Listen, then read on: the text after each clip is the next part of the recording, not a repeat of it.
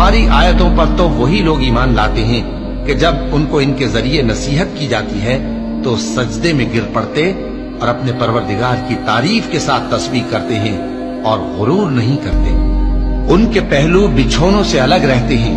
اس حال میں کہ وہ اپنے پروردگار کو خوف اور امید سے پکارتے اور جو کچھ ہم نے ان کو دیا ہے اس میں سے خرچ کرتے ہیں۔ سو کوئی شخص نہیں جانتا کہ ان کے لیے کیسی آنکھوں کی ٹھنڈک چھپا کر رکھی گئی ہے، یہ ان اعمال کا صلہ ہے جو وہ کرتے تھے۔ بھلا جو مومن ہو وہ اس شخص کی طرح ہو سکتا ہے جو نافرمان ہو؟ دونوں برابر نہیں ہو سکتے۔ جو لوگ ایمان لائے اور نیک عمل کرتے رہے ان کے رہنے کے لیے باغ ہے، یہ مہمانی ان کاموں کی جزا ہے جو وہ کرتے تھے، اور جنہوں نے نافرمانی کی ان کے رہنے کے لیے دوزخ ہے، جب چاہیں گے کہ اس میں سے نکل جائیں